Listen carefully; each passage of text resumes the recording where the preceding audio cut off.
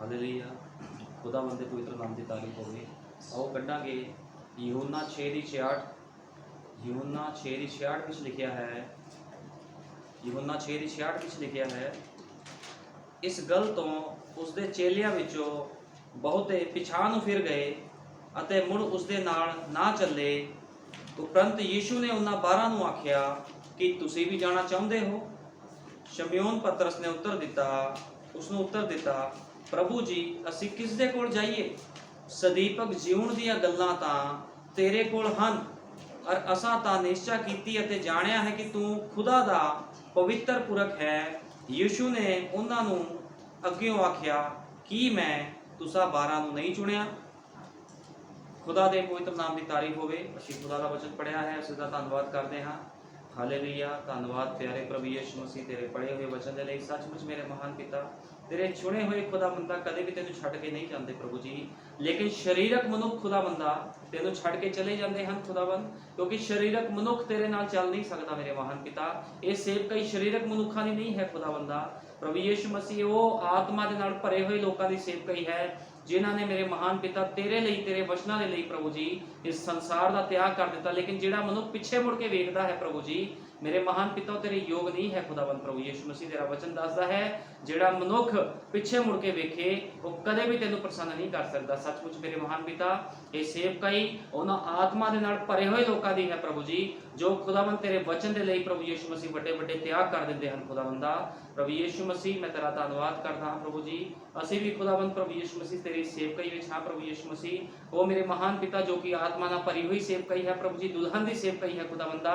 ते तू उन्हां लोकां नूं प्यार करदा है प्रभु यीशु मसीह, तो उन्हां लोकां तो प्रसन्न है खुदाबंदा जो आत्मा नाल भर के प्रभु यीशु मसीह आत्मा सच्चाई दे नाल तेरी भगती करदे हन। लेकिन तू शरीरक मनुखा तो कदे प्रसन्न नहीं हो सकता, क्योंकि शरीरक मनुख कदे भी तेनू खुश नहीं कर सकते मेरे महान पिता। मेरे महान पिता तू हमेशा प्रभु यीशु मसीह क्या है तेरे वचन दसदे हन, कदे भी भले ते बुरे दे वृक्ष ना खावो, हमेशा जीवन दे वृक्ष तो खावो। ते प्रभु यीशु मसीह तू जीवन दा वृक्ष है, असीं तेरे तो खाने हां खुदावंदा, ते तू सानू जीवन दिंदा है, क्योंकि तू जीवन दी रोटी है। तू क्या है? मैं जीवन दी रोटी हां जो स्वर्ग तो उतरी है। ते प्रभु यीशु मसीह असीं तेरी रोटी विचों हां खांदे प्रभु जी। तू वड्डी दया कर, कृपा कर प्रभु यीशु मसीह, जो भी संदेश होवे खुदावंदा एक एक दे हृदय नूं छिद दवे, लोकी अपना जीवन तब्दील करन खुदावंदा, क्योंकि जिद तक कोई मनुख अपना जीवन तब्दील नहीं करता मेरे महान पिता, उसके जीवन दे विच प्रभु यीशु मसीह तू कदे भी कार्य नहीं करता मेरे महान पिता। वड्डी दया कर, कृपा कर, सारा आदर जलाल महिमा प्रभु यीशु मसीह दे सामर्थी जिंदा जलाली नाम देना, आमीन। हालेलुया। खुदावंद दे पवित्र नाम की तारीफ होवे। असीं पढ़िया या यूहन्ना 6:66 विच लिखिया है, जिदों यीशु मसीह इस गल तो उसके चेलियां विचों बहुते पिछां नूं फिर गए। हुण हो की रहा सी? प्रभु यीशु मसीह चेलियां दे नाल गल कर रहा सीगा भी जे तुसीं मेरा मांस ते लहू नहीं खांदे पींदे ते तुहाडे विच जीवन नहीं है। लेकिन बहुत सारे चेलियां ने ठोकर खाधी, ठीक है ना, बहुत सारे चेले ठोकर खा गए, क्योंकि उन्हें कहा जे कोई मेरा मांस खांदा है ते मेरा लहू पींदा है तो सदीपक जीवन उसे दा है अते मैं अंत दे दिन उसनूं जीवन दा उठावांगा। लेकिन बहुत सारे चेलियां ने ठोकर खाधी इस गल तो, ठीक है ना, ते वो पिछां मुड़ गए। ते प्रभु यीशु मसीह ने कहा, क्योंकि बाइबल च लिखिया इस तो उसके चेलियां विचों बहुते पिछां नूं फिर गए अते उसदे नाल ना चले। उपरंत यीशु ने उन्हां 12 नूं आख्या कि तुसीं भी जाना चाहुंदे हो?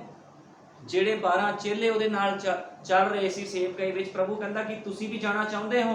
लेकिन शमौन पतरस ने उत्तर दिता, प्रभु जी असी किस दे कोल जाइए? हुण शमौन पतरस जो कि खुदा दा चुनिया होया जन सी, लेकिन हले ਉਹਦੇ कोल पवित्र आत्मा दा मसा नहीं सीगा, पवित्र आत्मा ਉਹਨਾਂ ਦੇ ਉੱਪਰ नहीं उतरिया सीगा, लेकिन फिर भी ਉਹ खुदा दा चुनिया होया सी। ਤੇ ਉਹ ਕਹਿੰਦਾ प्रभु जी असी किथे जाइए? जीवन दी गल्लां तां तेरे कोल हन, सदीपक जीवन दी गल्लां तां तेरे कोल हन, असां तां निश्चा कीती अते जाणिया है कि तू खुदा दा पवित्र पुरख है। वो कहंदे असीं निश्चा कीती है, असीं जाणिया है भी तू खुदा दा पवित्र पुरख है, असीं किहदे कोल जाइए? लेकिन जिहड़े शरीरक सीगे वो छड्ड के चले गए, शरीरक चेले खुदा नूं छड्ड के चले गए, लेकिन जिहड़े चुने होए सी उन्हां ने खुदा नूं छड्डिया नहीं। अज भी इसे तरह है, अज अंत समय की सेवकाई दे विच जिहड़े चुने हुए होणगे वो मुसीबतां तंगियां परेशानियां दे विच भी खुदा दे नाल अपने सेवक दे नाल खड़े रहणगे।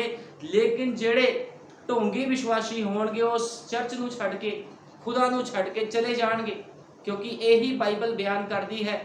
ਕਿਉਂਕਿ ਇਹ ਬਾਈਬਲ ਆਤਮਿਕ ਲੋਕਾਂ ਦੇ ਲਈ ਹੈ, ਇਹ ਸਰੀਰਕ ਲੋਕਾਂ ਦੇ ਲਈ ਬਾਈਬਲ ਨਹੀਂ ਆ ਵੀ ਜੋ ਕੋਈ ਆ ਗਿਆ ਜੀ ਮੈਨੂੰ ਚੰਗਿਆਈ ਮਿਲ ਜਾਵੇ ਤੇ ਮੈਂ ਫਿਰ ਕੌਣ ਤੇ ਤੂੰ ਕੌਣ। ਇਹ ਉਹ ਲਾਈਨ ਨਹੀਂ ਹੈ ਵੀ ਖੁਦਾ ਕੋ ਚੰਗਿਆਈ ਲੈ ਕੇ ਚਲੇ ਗਏ। ਖੁਦਾ ਤਾਂ ਜੀਵਨ ਦੇਣ ਆਇਆ ਹੈ, ਖੁਦਾ ਜੀਵਨ ਦਾਤਾ ਹੈ। ਚੰਗਿਆਈ ਤਾਂ ਮੁਫਤ ਵਿੱਚ ਦਿੰਦਾ ਹੈ, ਲੇਕਿਨ ਉਹ ਨਾਲ ਜੀਵਨ ਵੀ ਮੁਫਤ ਵਿੱਚ ਦਿੰਦਾ ਹੈ। ਠੀਕ ਹੈ ਨਾ, ਉਹ ਚੰਗਿਆਈ ਵੀ ਦਿੰਦਾ ਹੈ ਤੇ ਜੀਵਨ ਵੀ ਦਿੰਦਾ ਹੈ। ਲੇਕਿਨ ਬਹੁਤ ਸਾਰੇ ਲੋਕ ਚੰਗਿਆਈ ਲੈਣ ਦੇ ਲਈ ਚਰਚਾਂ ਵਿੱਚ ਜਾਂਦੇ ਹਨ, ਲੇਕਿਨ ਜੀਵਨ ਦੇ ਨਾਲ ਉਹਨਾਂ ਦਾ ਕੋਈ ਮਤਲਬ ਨਹੀਂ ਹੁੰਦਾ। ਜਿਸ ਤਰ੍ਹਾਂ ਪ੍ਰਭੂ ਦੇ ਕੋਲ ਇੱਕ ਅਮੀਰ ਮਨੁੱਖ ਆਇਆ, ਠੀਕ ਹੈ ਨਾ, ਬਹੁਤ ਅਮੀਰ ਸੀ, ਬਹੁਤ ਪੈਸਾ ਸੀ। ਪ੍ਰਭੂ ਨੂੰ ਕਹਿੰਦਾ, ਪ੍ਰਭੂ ਜੀ ਮੈਂ ਜੀਵਨ ਵਿੱਚ ਪ੍ਰਵੇਸ਼ ਕਰਨਾ ਚਾਹੁੰਦਾ ਹਾਂ ਤੇ ਮੈਂ ਕੀ ਕਰਾਂ। ਪ੍ਰਭੂ ਕਹਿੰਦਾ ਆਪਣਾ ਸਭ ਕੁਝ ਤਿਆਗ ਤੇ ਮੇਰੇ ਪਿੱਛੇ ਹੋ ਤੁਰ। ਲੇਕਿਨ ਉਸ ਤੋਂ ਪਹਿਲਾਂ ਪ੍ਰਭੂ ਨੇ ਉਸਨੂੰ ਕਿਹਾ ਸੀਗਾ ਹੁਕਮਾਂ ਦੀ ਪਾਲਣਾ ਕਰ। ਲੇਕਿਨ ਉਹ ਕਹਿੰਦਾ ਪ੍ਰਭੂ ਜੀ ਮੈਂ ਤਾਂ ਬਚਪਨ ਤੋਂ ਸਾਰੇ ਹੁਕਮਾਂ ਦੀ ਪਾਲਣਾ ਕਰਦਾ ਆ ਰਿਹਾ ਹਾਂ, ਜੋ ਬਾਈਬਲ ਦੇ ਹੁਕਮ ਹਨ ਮੈਂ ਉਹਨਾਂ ਨੂੰ ਮੰਨਦਾ ਆ ਰਿਹਾ ਹਾਂ।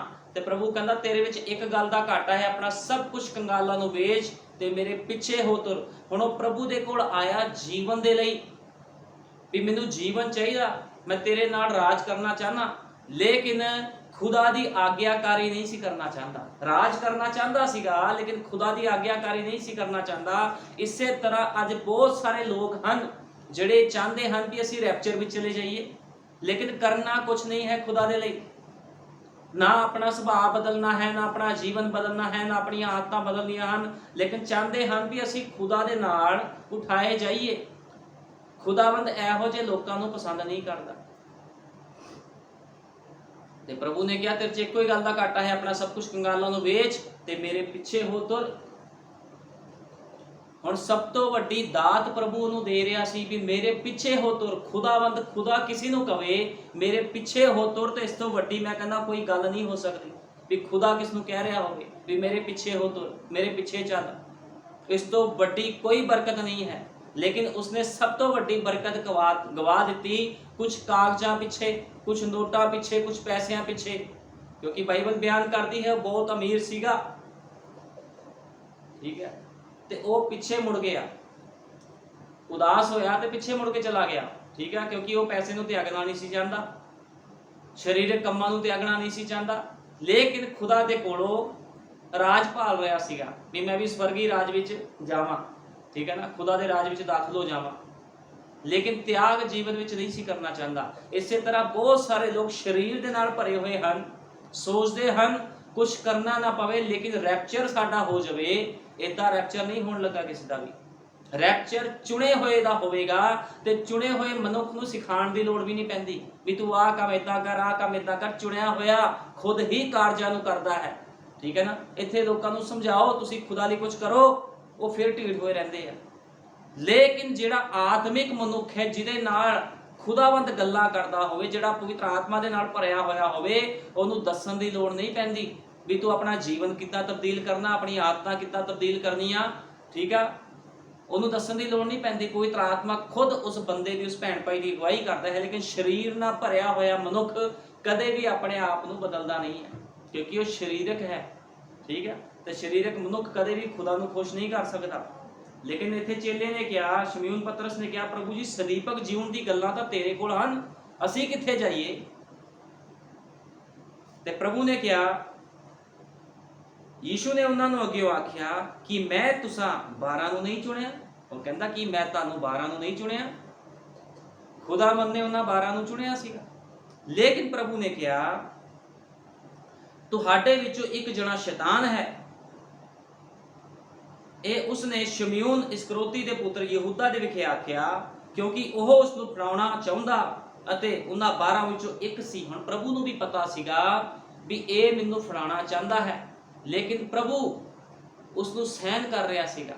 ਠੀਕ ਹੈ, ਪ੍ਰਭੂ ਉਹਨੂੰ ਨਾਲ ਨਾਲ ਲਈ ਫਿਰਦਾ ਸੀਗਾ। ਪ੍ਰਭੂ ਨੇ ਉਹਨੂੰ ਇਹ ਨਹੀਂ ਕਿਹਾ ਵੀ ਤੂੰ ਮੈਨੂੰ ਫੜਵਾ ਦੇਂਗਾ, ਤੂੰ ਇੱਥੋਂ ਦੌੜ ਜਾ। ਪ੍ਰਭੂ ਉਹਨੂੰ ਨਾਲ ਨਾਲ ਲਈ ਫਿਰਦਾ ਸੀ, ਕਿਉਂਕਿ ਪ੍ਰਭੂ ਨੂੰ ਪਤਾ ਸੀਗਾ ਵੀ ਇਹ ਉਹਦੀ ਯੋਜਨਾ ਦਾ ਹਿੱਸਾ ਹੈ। ਠੀਕ ਹੈ, ਕਈ ਵਾਰ ਚਰਚ ਦੇ ਵਿੱਚ ਕੁਝ ਗਲਤ ਲੋਕ ਵੀ ਐਂਟਰੀ ਕਰਦੇ ਹਨ। ਉਹ ਆਪਣੇ ਆਪ ਨੂੰ ਆਤਮਿਕ ਦਿਖਾਉਣ ਦੀ ਕੋਸ਼ਿਸ਼ ਕਰਦੇ ਹਨ, ਲੇਕਿਨ ਸੇਵਕ ਨੂੰ ਸਭ ਕੁਝ ਪਤਾ ਹੁੰਦਾ ਹੈ, ਲੇਕਿਨ ਉਹ ਨਹੀਂ ਬੋਲਦਾ। ਠੀਕ ਹੈ, ਉਹ ਉਹਨਾਂ ਨੂੰ ਡਾਇਰੈਕਟ ਕੁਝ ਨਹੀਂ ਬੋਲਦਾ, ਕਿਉਂਕਿ ਸੇਵਕ ਨੂੰ ਪਤਾ ਹੁੰਦਾ ਹੈ ਵੀ ਇਹ ਵੀ ਇੱਕ ਯੋਜਨਾ ਦਾ ਹਿੱਸਾ ਹਨ। ਕਿਉਂਕਿ ਭਾਈ ਬ੍ਰੈਨਮ ਨੇ ਕਿਹਾ ਹੈ ਚਰਚ ਦੇ ਵਿੱਚ ਰਲੀ ਮਿਲੀ ਭੀੜ ਆਉਂਦੀ ਹੈ। ਤਿੰਨ ਤਰ੍ਹਾਂ ਦੇ ਲੋਕ ਆਉਂਦੇ ਹਨ, ਇੱਕ ਵਿਸ਼ਵਾਸੀ, ਇੱਕ ਅਵਿਸ਼ਵਾਸੀ ਤੇ ਢੋਂਗੀ ਵਿਸ਼ਵਾਸੀ, ਠੀਕ ਹੈ ਨਾ। ਲੇਕਿਨ ਰੈਪਚਰ ਵਿੱਚ ਕਿਹੜਾ ਜਾਵੇਗਾ? ਰਲੀ ਮਿਲੀ ਭੀੜ ਹੈ, ਲੇਕਿਨ ਰੈਪਚਰ ਵਿੱਚ ਕਿਹੜਾ ਜਾਵੇਗਾ? ਮੂਸਾ ਦੇ ਨਾਲ ਬਹੁਤ ਸਾਰੀ ਭੀੜ ਸੀਗੀ ਕਿ ਮੂਸਾ ਨੂੰ ਨਹੀਂ ਪਤਾ ਸੀਗਾ, ਕੁਝ ਲੋਕ ਉਹਦੇ ਖਿਲਾਫ ਸਨ, ਮੂਸਾ ਨੇ ਕਿਸ ਨੂੰ ਕੁਝ ਨਹੀਂ ਕਿਹਾ। ਲੇਕਿਨ ਜਦੋਂ ਸਮਾਂ ਆਇਆ ਤੇ ਵਾਅਦਾ ਕੀਤੀ ਹੋਈ ਧਰਤੀ ਤੇ ਸਿਰਫ ਯਹੋਸ਼ੂਆ ਤੇ ਕਲੇਬ ਹੀ ਪਹੁੰਚ ਪਾਏ, ਬਾਕੀ ਸਭ ਦੇ ਸਭ ਖੁਦਾ ਨੇ ਨਾਸ਼ ਕਰ ਦਿੱਤੇ। ਚੱਲਦੇ ਤਾਂ ਹਨ ਲੋਕ ਬਹੁਤ ਸਾਰੇ, ਚਰਚਾ ਵਿੱਚ ਆਉਂਦੇ ਹਨ, ਲੇਕਿਨ ਜਦੋਂ ਰੈਪਚਰ ਦੀ ਘੜੀ ਆਵੇਗੀ ਉਹੀ ਬੰਦਾ ਉਠਾਇਆ ਜਾਵੇਗਾ। ਭਾਵੇਂ ਚਰਚ ਵਿੱਚ ਸਾਰੇ ਇਕੱਠੇ ਹਨ, ਹਾਲੇਲੂਇਆ ਦੇ ਨਾਰੇ ਸਾਰੇ ਹੀ ਲਗਾ ਰਹੇ ਹਨ, ਲੇਕਿਨ ਰੈਪਚਰ ਵਿੱਚ ਉਹੀ ਉਠਾਇਆ ਜਾਵੇਗਾ ਜਿਹਦਾ ਨਾਮ ਖੁਦਾ ਨੇ ਇਸ ਜਗਤ ਦੀ ਨੀਂਹ ਧਰਨ ਤੋਂ ਪਹਿਲਾਂ ਜੀਵਨ ਦੀ ਪੋਥੀ ਵਿੱਚ ਲਿਖਿਆ। ਜਿਹੜੇ ਉਹਦੇ ਵਿਚਾਰਾਂ 'ਚ ਪਾਏ ਗਏ ਇਸ ਜਗਤ ਦੀ ਨੀਂਹ ਧਰਨ ਤੋਂ ਪਹਿਲਾਂ ਉਹੀ ਉਠਾਏ ਜਾਣਗੇ, ਲੇਕਿਨ ਸਰੀਰਕ ਮਨੁੱਖ ਰੈਪਚਰ ਵਿੱਚ ਉਠਾਇਆ ਨਹੀਂ ਜਾਵੇਗਾ। ਇਸ ਕਰਕੇ ਮੈਂ ਬਾਰ-ਬਾਰ ਸਮਝਾਉਂਦਾ ਹਾਂ, ਸਰੀਰ ਵਿੱਚੋਂ ਬਾਹਰ ਨਿਕਲੋ, ਸਰੀਰ ਵਿੱਚੋਂ ਬਾਹਰ ਨਿਕਲੋ। ਇਹ ਲਾਈਨ ਉਹ ਲਾਈਨ ਨਹੀਂ ਹੈ ਬਾਬਿਆਂ ਵਾਲੀ, ਆਏ ਘੰਟਾ ਵਜਾਇਆ ਤੇ ਚਲ ਗਏ। ਇਹ ਖੁਦਾਵੰਦੀ ਪਵਿੱਤਰ ਲਾਈਨ ਹੈ। ਇਸ ਲਾਈਨ ਵਿੱਚ ਚੱਲਣਾ ਹੈ, ਖੁਦਾ ਵਿੱਚ ਚੱਲਣਾ ਹੈ ਤੇ ਤੁਹਾਨੂੰ ਸਮਰਪਿਤ ਜੀਵਨ ਦੇ ਨਾਲ ਚੱਲਣਾ ਪਵੇਗਾ, ਠੀਕ ਹੈ।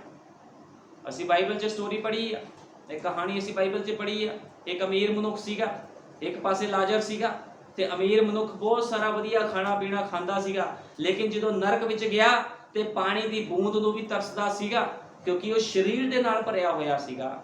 ਲੇਕਿਨ ਲਾਜ਼ਰ ਨਾਮ ਦਾ ਇੱਕ ਮਨੁੱਖ ਜੋ ਕਿ ਖੁਦਾ ਦਾ ਭੈ ਖਾਂਦਾ ਸੀ, ਗਰੀਬੀ ਵਿੱਚ ਜੀਵਨ ਬਤੀਤ ਕੀਤਾ, ਲੇਕਿਨ ਜਦੋਂ ਉਹ ਵੀ ਇਸ ਧਰਤੀ ਤੋਂ ਕੂਚ ਕਰ ਗਿਆ ਤੇ ਇਬਰਾਹਿਮ ਦੀ ਗੋਦ ਵਿੱਚ ਚਲਾ ਗਿਆ, ਤੇ ਉਹੀ ਅਮੀਰ ਮਨੁੱਖ ਕਹਿੰਦਾ ਸੀ, हे ਮੇਰੇ ਪਿਤਾ ਇਬਰਾਹਿਮ, ਲਾਜ਼ਰ ਨੂੰ ਭੇਜ, ਆਪਣੀ ਉਂਗਲੀ ਗਿੱਲੀ ਕਰੇ ਤੇ ਮੇਰੇ ਮੂੰਹ ਦੇ ਵਿੱਚ ਉਂਗਲ ਪਾਵੇ ਤੇ ਮੇਰੀ ਜੀਭ ਨੂੰ ਠੰਡੀ ਕਰੇ,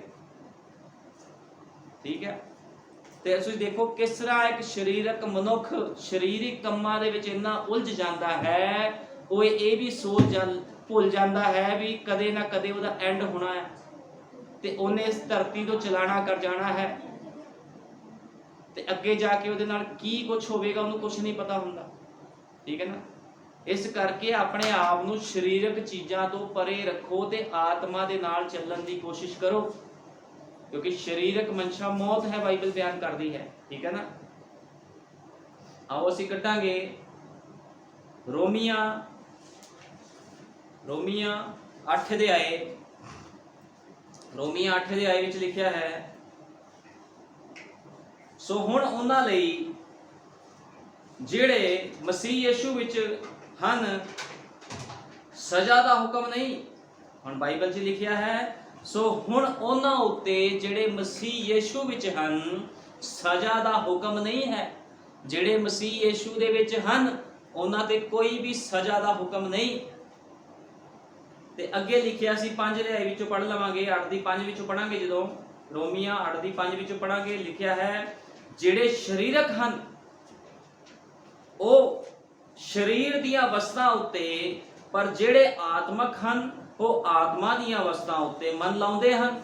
ਹੁਣ ਬਾਈਬਲ 'ਚ ਸਾਫ਼ ਲਿਖਿਆ ਜਿਹੜੇ ਸਰੀਰਕ ਹਨ ਉਹ ਸਰੀਰ ਦੀ ਵਸਤਾਂ ਉੱਤੇ ਮਨ ਲਾਉਂਦੇ ਹਨ। ਸਰੀਰਕ ਬੰਦਾ ਇਮੋਸ਼ਨਲ ਵੀ ਹੁੰਦਾ ਹੈ ਤੇ ਇਮੋਸ਼ਨਲ ਬੰਦੇ ਨੂੰ ਕਦੇ ਖੁਦਾ ਪਸੰਦ ਨਹੀਂ ਕਰਦਾ। ਮਸੀਹ ਲਾਈਨ ਮਸੀਹਤ ਦੇ ਵਿੱਚ ਇਮੋਸ਼ਨਲ ਬੰਦੇ ਦੀ ਕੋਈ ਐਂਟਰੀ ਨਹੀਂ ਹੈ, ਠੀਕ ਹੈ ਨਾ। ਇਮੋਸ਼ਨਲ ਬੰਦੇ ਦੀ ਕੋਈ ਐਂਟਰੀ ਨਹੀਂ ਆ। ਜਿਹੜਾ ਬੰਦਾ ਇਮੋਸ਼ਨਲ ਹੋਵੇ, ਸਰੀਰਕ ਹੋਵੇ, ਇਹ ਲਾਈਨ ਉਹਦੀ ਨਹੀਂ ਹੈ, ਠੀਕ ਹੈ ਨਾ। ਆਤਮਿਕ ਬੰਦਾ ਜਿਹੜਾ ਖੁਦਾ ਦੇ ਹੁਕਮਾਂ ਦੀ ਪਾਲਣਾ ਕਰਦਾ ਹੋਵੇ ਉਹੀ ਖੁਦਾ ਨੂੰ ਪਸੰਦ ਕਰ ਸਕਦਾ ਹੈ। ਲਿਖਿਆ ਹੈ ਜਿਹੜੇ ਸਰੀਰਕ ਹਨ ਉਹ ਸਰੀਰ ਦੀ ਵਸਤਾਂ ਉੱਤੇ, ਪਰ ਜਿਹੜੇ ਆਤਮਕ ਹਨ ਉਹ ਆਤਮਾ ਦੀ ਵਸਤਾਂ ਉੱਤੇ ਮਨ ਲਾਉਂਦੇ ਹਨ। ਕਿਉਂ? ਜੋ ਸਰੀਰਕ ਮਨਸ਼ਾ ਮੌਤ ਹੈ। ਹੁਣ ਮੈਂ ਨਹੀਂ ਕਹਿ ਰਿਹਾ, ਬਾਈਬਲ 'ਚ ਲਿਖਿਆ ਜਿਹੜੇ ਬੰਦੇ ਸਰੀਰ ਦੇ ਨਾਲ ਬਹੁਤ ਚੱਲਦੇ ਆ ਉਹ ਮੌਤ ਵਿੱਚ ਚੱਲ ਰਹੇ ਆ। ਤੁਸੀਂ ਦੇਖਿਆ ਹੋਣਾ ਧਰਤੀ ਤੇ ਕਿੱਦਾਂ ਲੋਕ ਸਰੀਰ ਦੇ ਨਾਲ ਚੱਲਦੇ ਹਨ, ਸਰੀਰ ਵਿੱਚੋਂ ਬਾਹਰ ਹੀ ਨਹੀਂ ਨਿਕਲਦੇ ਲੋਕ। ਕਿਸੇ ਨੂੰ ਘਰ ਦੀ ਚਿੰਤਾ ਹੈ, ਕਿਸ ਨੂੰ ਪੈਸਿਆਂ ਦੀ ਚਿੰਤਾ ਹੈ, ਕਿਸ ਨੂੰ ਬੱਚਿਆਂ ਦੀ ਚਿੰਤਾ ਹੈ, ਠੀਕ ਹੈ।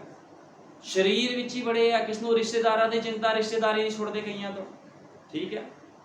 ਤੇ ਸਾਫ਼ ਲਿਖਿਆ ਹੈ ਜਿਹੜੇ ਸਰੀਰਕ ਹਨ ਉਹ ਸਰੀਰ ਦੀ ਵਸਤਾਂ ਉੱਤੇ, ਪਰ ਜਿਹੜੇ ਆਤਮਕ ਹਨ ਆਤਮਕ ਦੀ ਵਸਤਾਂ ਉੱਤੇ ਮਨ ਲਾਉਂਦੇ ਹਨ।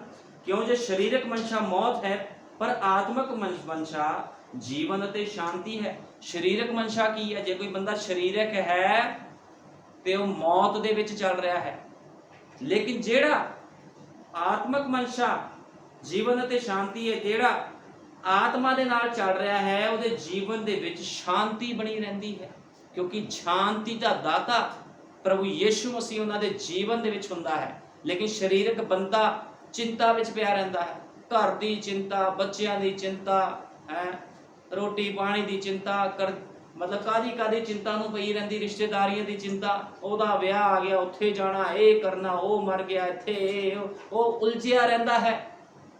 ਤੇ ਬਾਈਬਲ ਸਾਫ਼ ਬਿਆਨ ਕਰਦੀ ਹੈ ਸਰੀਰਕ ਮਨਸ਼ਾ ਮੌਤ ਹੈ, ਉਹ ਮੌਤ ਦੇ ਵਿੱਚ ਚੱਲੀ ਜਾਂਦਾ ਹੈ, ਲੇਕਿਨ ਆਤਮਕ ਮਨਸ਼ਾ ਜੀਵਨ ਅਤੇ ਸ਼ਾਂਤੀ ਹੈ। ਇਸ ਲਈ ਜੋ ਸਰੀਰਕ ਮਨਸ਼ਾ ਖੁਦਾ ਨਾਲ ਵੈਰ ਹੈ, ਹੁਣ ਬਾਈਬਲ 'ਚ ਲਿਖਿਆ ਸਰੀਰਕ ਮਨਸ਼ਾ ਖੁਦਾ ਦੇ ਨਾਲ ਵੈਰ ਆ। ਜਿਹੜਾ ਬੰਦਾ ਸਰੀਰਕ ਹੈ ਉਹ ਖੁਦਾ ਦਾ ਵੈਰੀ ਆ।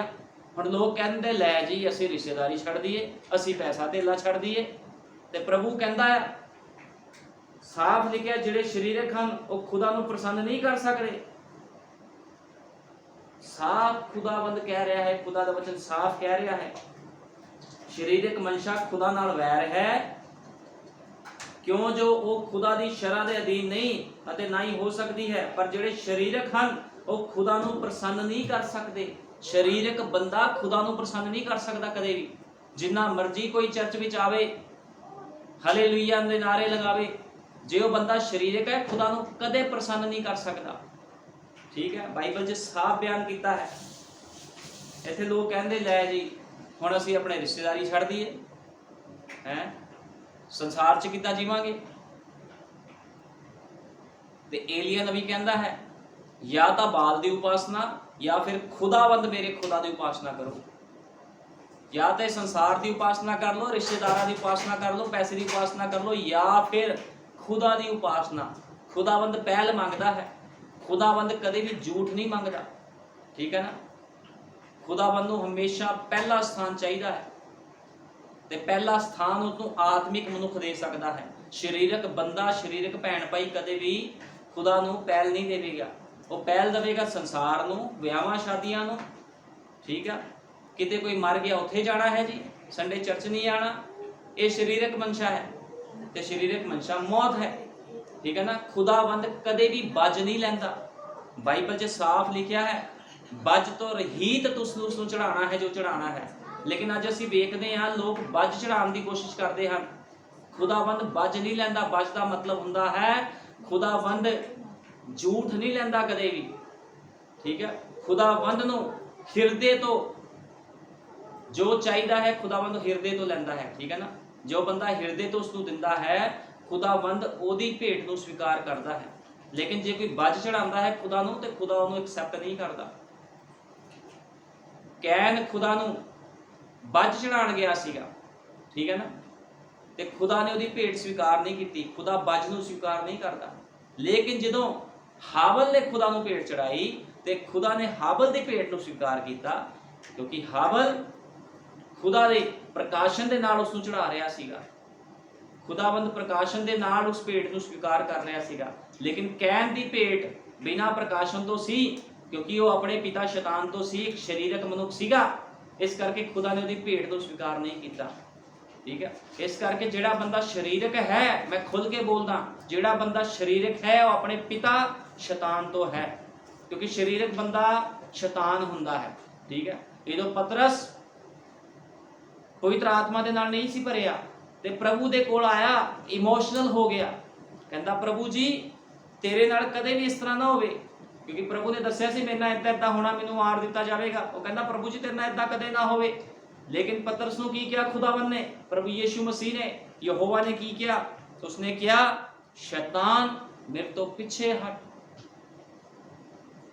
ਖੁਦਾ ਨੇ ਉਸਨੂੰ ਕਿਹਾ ਸ਼ੈਤਾਨ ਮੇਰੇ ਤੋਂ ਪਿੱਛੇ ਹਟ, ਕਿਉਂਕਿ ਪਤਰਸ ਉਦੋਂ ਪਵਿੱਤਰ ਆਤਮਾ ਦੇ ਨਾਲ ਭਰਿਆ ਹੋਇਆ ਨਹੀਂ ਸੀਗਾ, ਸਰੀਰ ਵਿੱਚ ਚੱਲ ਰਿਹਾ ਸੀਗਾ। ਤੇ ਜਿਹੜਾ ਬੰਦਾ ਸਰੀਰਕ ਹੁੰਦਾ ਹੈ उसके अंदर दुष्ट आत्मावां काम करदियां हन, ये गल साबित है।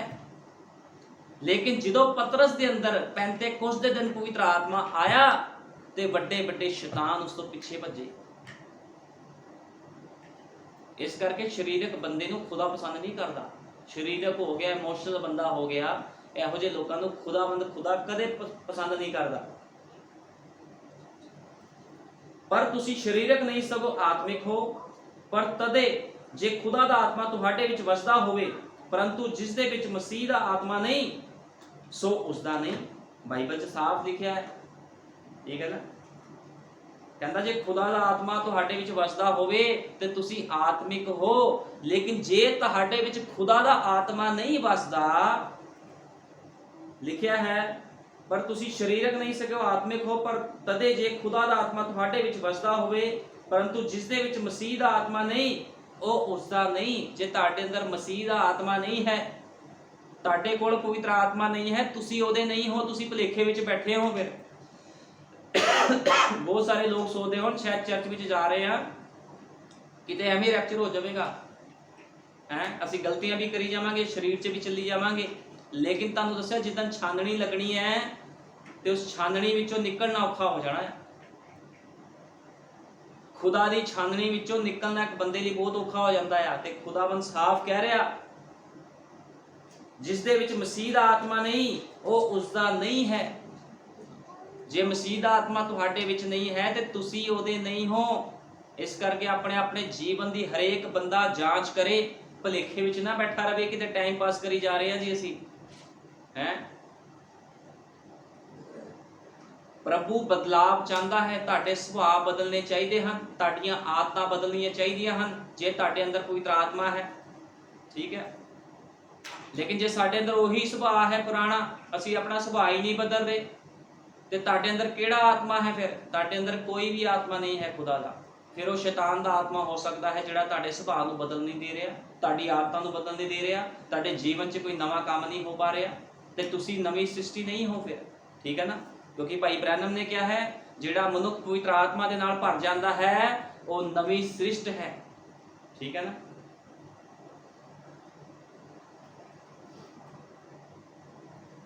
हुण लिखिया है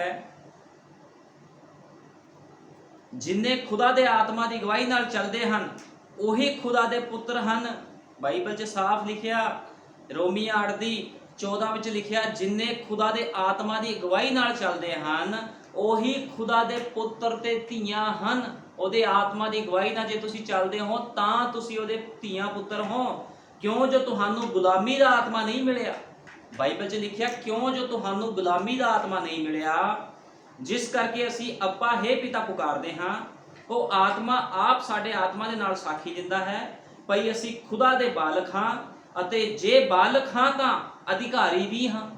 जे असी खुदा दे बालक हाँ ते असी एक अधिकारी भी हाँ। उन्हें सानू अधिकार भी दिता है, उन्हें जो साडे लिए रखिया है, असी उस सब चीज़ां दे अधिकारी भी हाँ जे असी उहदे बालक हाँ। अते जे बालक हाँ तां अधिकारी भी हाँ। खुदा दे अधिकारी अते मसीह दे नाल सांझे अधिकारी। पर तदे जे असी उस दे नाल दुख चलीए, वो कहंदा तदे ही जे असी उहदे नाल दुख भी चलीए, ठीक है भाई। उस दे नाल असी वडियाईए जाइए जे असी उहदे नाल दुख चलदे हाँ तो फिर असी उस दे नाल वडियाए भी जावांगे। बाइबल च साफ लिखिया है। इस करके कोई भी मनुख खुदा नूं धोखा नहीं दे सकता। खुदावंद जानता है किहड़ा शरीरक है किहड़ा आत्मिक है, क्योंकि आत्मिक मनुख हमेशा खुदा नूं पहल दिंदा।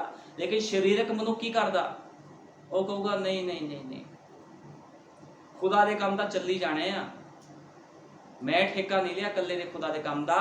लेकिन आत्मिक मनुख कहंदा है मैनू खुदा ने चुनिया है। यहोशुआ कलेब जो मूसा दे नाल नाल चल रहे सीगे, उन्होंने ये नहीं कहा मूसा ने भी असी ठेका ले लिया आत्मा में चलण दा, बाकी नहीं चल रहे असी को चलीए। लेकिन चुने कौन गए सीगे? भाई ब्रैनम ने कहा चुने यहोशुआ ते कलेब गए सीगे, ठीक है। ते जिहड़ा भार सी फिर खुदा ने उन्होंने उपर ही पाना सीगा, बाकी उन्होंने उपर भार नहीं पाया।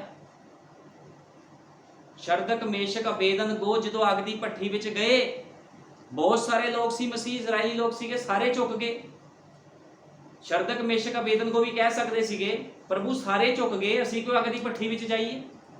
ਜਿੱਦਾਂ ਅੱਜ ਲੋਕ ਕਹਿ ਦਿੰਦੇ ਆ ਅਸੀਂ ਨਹੀਂ ਖੁਦਾ ਦਾ ਕੰਮ ਕਰ ਸਕਦੇ ਜੀ, ਹੋਰ ਬਥੇਰੇ ਆ, ਹੋਰ ਕਲੀਸਿਆ ਹੋਊਗੀ ਉਹ ਖੁਦਾ ਦਾ ਕੰਮ ਕਰੂ। ਭਾਈ ਜੇ ਤੈਨੂੰ ਚੁਣਿਆ ਤੂੰ ਹੀ ਖੁਦਾ ਦਾ ਕੰਮ ਕਰੇਂਗਾ, ਤੂੰ ਹੀ ਖੁਦਾ ਦਾ ਕੰਮ ਕਰੇਂਗੀ। ਜੇ ਤੈਨੂੰ ਚੁਣਿਆ ਤੂੰ ਹੀ ਤਿਆਗ ਕਰਨੇ ਆ ਵਿਆਹਾਂ ਦੇ, ਤੂੰ ਹੀ ਤਿਆਗ ਕਰਨੇ ਸ਼ਾਦੀਆਂ ਦੇ, ਗੰਦੀਆਂ ਪਾਰਟੀਆਂ ਦੇ ਤਿਆਗ ਤੂੰ ਹੀ ਕਰਨੇ, ਕਿਸੇ ਹੋਰ ਨੇ ਨਹੀਂ ਕਰਨੇ। ਚੁਣਿਆ ਤੈਨੂੰ ਗਿਆ ਹੈ। ਇਸੇ ਤਰ੍ਹਾਂ ਜਦੋਂ ਸ਼ਰਦਕ ਮੇਸ਼ਕ ਅਬੇਦਨਗੋ ਨੂੰ ਚੁਣਿਆ ਗਿਆ ਸੀਗਾ ਤੇ ਉਹਨਾਂ ਨੇ ਹੀ ਅੱਗ ਦੀ ਭੱਠੀ ਵਿੱਚ ਜਾਣਾ ਸੀਗਾ। ਬਾਕੀ ਕਿਉਂ ਨਹੀਂ ਗਏ ਫਿਰ ਅੱਗ ਦੀ ਭੱਠੀ 'ਚ? ਉਹ ਵੀ ਕਹਿ ਸਕਦੇ ਸੀ ਪ੍ਰਭੂ ਬਾਕੀਆਂ ਨੂੰ ਵੀ ਭੇਜ, ਅਸੀਂ ਇਕੱਲੇ ਕਿਉਂ ਜਾਈਏ। ਲੇਕਿਨ ਚੁਣੇ ਕੌਣ ਸੀ ਖੁਦਾ ਵੱਲੋਂ ਅੱਗ ਦੀ ਭੱਠੀ ਵਿੱਚ ਜਾਣ ਦੇ ਲਈ? ਉਹ ਗਵਾਹੀ ਦੇ ਲਈ ਕੌਣ ਚੁਣੇ ਗਏ ਸੀਗੇ? ਆਤਮਾ ਨਾਲ ਭਰੇ ਹੋਏ ਤਿੰਨ ਖੁਦਾ ਦੇ ਬੰਦੇ, ਤਿੰਨ ਖੁਦਾ ਦੇ ਪੁੱਤਰ ਸ਼ਰਦਕ ਮੇਸ਼ਕ ਅਬੇਦਨਗੋ। ਤੇ ਅੱਗ ਦੀ ਭੱਠੀ ਵਿੱਚ ਵੀ ਉਹਨਾਂ ਨੂੰ ਹੀ ਜਾਣਾ ਪੈਣਾ ਸੀ। ਮੈਂ ਗੱਲਾਂ ਇਸ ਕਰਕੇ ਸਮਝਾ ਰਿਹਾ ਕਿਉਂਕਿ ਬਹੁਤ ਸਾਰੇ ਲੋਕ ਕਹਿ ਦਿੰਦੇ ਆ ਅਸੀਂ ਥੋੜੀ ਠੇਕਾ ਲੈ ਲਿਆ ਖੁਦਾ ਦੇ ਕੰਮਾਂ ਦਾ, ਹੈ ਬਾਕੀ ਕਲੀਸਿਆ ਆਊਗੀ ਉਹ ਕਰੂਗੀ ਖੁਦਾ ਦਾ ਕੰਮ, ਅਸੀਂ ਇਕੱਲੇ ਥੋੜੀ ਕਰਾਂਗੇ। ਜੇ ਤੁਹਾਨੂੰ ਖੁਦਾ ਨੇ ਚੁਣਿਆ ਤੁਸੀਂ ਹੀ ਖੁਦਾ ਦਾ ਕੰਮ ਕਰਨਾ, ਤੁਸੀਂ ਹੀ ਜੀਵਨ 'ਚ ਤਿਆਗ ਕਰਨੇ ਆ। ਬਾਕੀ ਕਰਨ ਚਾਹੇ ਨਾ ਕਰਨ ਉਹਨਾਂ ਕੋਈ ਮਤਲਬ ਨਹੀਂ ਹੈ। ਸਾਰੇ ਝੁਕ ਗਏ ਰਾਜੇ ਦੀ ਮੂਰਤ ਦੇ ਅੱਗੇ, ਲੇਕਿਨ ਸ਼ਰਦਕ ਮੇਸ਼ਕ ਅਬੇਦਨਗੋ ਨੇ ਫੈਸਲਾ ਲਿਆ ਅਸੀਂ ਨਹੀਂ ਝੁਕਾਂਗੇ। ਉਹਨਾਂ ਨੇ ਰਾਜੇ ਨੂੰ ਜਾ ਕੇ ਕਿਹਾ ਰਾਜਨ ਜੇ ਤੂੰ ਸਾਨੂੰ ਅੱਗ ਦੀ ਭੱਠੀ 'ਚ ਸਿੱਟ ਦਵੇਂ ਤਾਂ ਵੀ ਕੋਈ ਗੱਲ ਨਹੀਂ, ਸਾਨੂੰ ਸਾਡਾ ਖੁਦਾ ਬਚਾਵੇ ਚਾਹੇ ਨਾ ਬਚਾਵੇ ਤਾਂ ਵੀ ਕੋਈ ਗੱਲ ਨਹੀਂ, ਅਸੀਂ ਤੇਰੀ ਮੂਰਤ ਦੇ ਅੱਗੇ ਨਹੀਂ ਝੁਕਾਂਗੇ। ਠੀਕ ਹੈ। ਤੇ ਰਾਜੇ ਨੇ ਕੀ ਕੀਤਾ? ਰਾਜਾ ਕਹਿੰਦਾ ਅੱਗ ਦੇ ਤਾਉ ਨੂੰ ਹੋਰ ਵਧਾ ਦਿੱਤਾ ਜਾਵੇ। ਉਹ ਕ੍ਰੋਧ ਵਿੱਚ ਭਰ ਗਿਆ ਤੇ ਜਦੋਂ ਉਹਨਾਂ ਨੂੰ ਸਿੱਟਿਆ ਗਿਆ ਅੱਗ ਦੀ ਭੱਠੀ ਵਿੱਚ ਤੇ ਬਾਈਬਲ ਬਿਆਨ ਕਰਦੀ ਹੈ ਉਹਨਾਂ ਦੇ ਕੋਲ ਸਮੈਲ ਤੱਕ ਨਹੀਂ ਆਈ ਅੱਗ ਦੀ। ਉਹਨਾਂ ਨੂੰ ਬੰਨ ਕੇ ਅੱਗ ਦੀ ਭੱਠੀ ਵਿੱਚ ਸਿੱਟਿਆ, ਲੇਕਿਨ ਪ੍ਰਭੂ ਯੀਸ਼ੂ ਮਸੀਹ ਉਸ ਸਥਾਨ ਦੇ ਵਿੱਚ ਵਿਰਾਜਮਾਨ ਸੀਗਾ। ਯੀਸ਼ੂ ਮਸੀਹ ਤੋਂ ਵੱਡੀ ਕੋਈ ਅੱਗ ਨਹੀਂ ਹੈ ਜਿਹੜੀ ਉਹਦੇ ਲੋਕਾਂ ਨੂੰ ਭਸਮ ਕਰ ਦੇਵੇ। ਯੀਸ਼ੂ ਮਸੀਹ ਖੁਦ ਇੱਕ ਪਵਿੱਤਰ ਅੱਗ ਹੈ। ਜਦੋਂ ਉਹ ਆਪਣੇ ਲੋਕਾਂ ਨੂੰ ਅੱਗ ਦੇ ਨਾਲ ਭਰ ਦਿੰਦਾ ਹੈ ਤੇ ਸੰਸਾਰ ਦੀ ਅੱਗ ਉਹਨਾਂ ਨੂੰ ਭਸਮ ਨਹੀਂ ਕਰ ਸਕਦੀ। ਇਸੇ ਤਰ੍ਹਾਂ ਅਸੀਂ ਵੇਖਿਆ ਸ਼ਰਦਕ ਮੇਸ਼ਕ ਅਬੇਦਨਗੋ ਨੂੰ ਉਹ ਸਰੀਰਕ ਅੱਗ ਭਸਮ ਨਹੀਂ ਕਰ ਸਕੀ। ਇੱਕ ਮਨੁੱਖਾਂ ਦੁਆਰਾ ਬਣਾਈ ਹੋਈ ਨਕਲੀ ਅੱਗ ਖੁਦਾ ਦੇ ਆਤਮਿਕ ਲੋਕਾਂ ਨੂੰ ਭਸਮ ਨਹੀਂ ਕਰ ਸਕੀ, ਕਿਉਂਕਿ ਉਹਨਾਂ ਦੇ ਅੰਦਰ ਕਿਹੜੀ ਅੱਗ ਸੀ? ਉਹਨਾਂ ਦੇ ਅੰਦਰ ਉਹ ਖੁਦਾ ਦਾ ਪਿਲਰ ਆਫ ਫਾਇਰ ਸੀਗਾ ਜਿਹੜਾ ਭਸਮ ਕਰ ਸੁੱਟਦਾ ਹੈ, ਚੰਗੇ ਚੰਗਿਆਂ ਨੂੰ ਭਸਮ ਕਰ ਸੁੱਟਦਾ ਹੈ। ਤੇ ਉਸ ਅੱਗ ਦੇ ਅੱਗੇ, ਉਸ ਪਿਲਰ ਆਫ ਫਾਇਰ ਦੇ ਅੱਗੇ ਉਹ ਸਰੀਰਕ ਅੱਗ ਜਿਹੜੇ ਰਾਜਾ ਦੇ ਦੁਆਰਾ ਲਗਾਈ ਗਈ ਸੀ ਉਹ ਕੰਮ ਨਹੀਂ ਕੀਤੀ। ਹੁਣ ਸ਼ਰਦਕ ਮੇਸ਼ਕ ਨੇ ਕਦੇ ਨਹੀਂ ਕਿਹਾ ਇਸ ਤਰ੍ਹਾਂ ਵੀ ਪ੍ਰਭੂ ਬਾਕੀ ਝੁਕ ਗਏ ਅਸੀਂ ਵੀ ਝੁਕ ਜਾਂਦੇ ਹਾਂ, ਅਸੀਂ ਕਿਉਂ ਜਾਈਏ ਅੱਗ ਦੀ ਭੱਠੀ 'ਚ। ਠੀਕ ਹੈ। ਕਿਉਂਕਿ ਉਹ ਖੁਦਾ ਦੇ ਚੁਣੇ ਹੋਏ ਸੀ। ਕਦੇ ਵੀ ਖੁਦਾ ਦਾ ਚੁਣਿਆ ਹੋਇਆ ਬੰਦਾ ਖੁਦਾ ਦੇ ਸੇਵਕਾਂ ਅੱਗੇ ਜਾਂ ਖੁਦਾ ਦੇ ਅੱਗੇ ਸ਼ਰਤਾਂ ਨਹੀਂ ਰੱਖਦਾ। ਮੈਂ ਇਕੱਲਾ ਥੋੜੀ ਖੁਦਾ ਦੇ ਕੰਮ ਕਰੂੰ, ਹੋਰ ਕਲੀਸਿਆ ਉਹ ਕਰ ਲਓ ਖੁਦਾ ਦੇ ਕੰਮ, ਮੈਂ ਇਕੱਲਾ ਥੋੜੀ ਤਿਆਗ ਕਰੂੰਗਾ।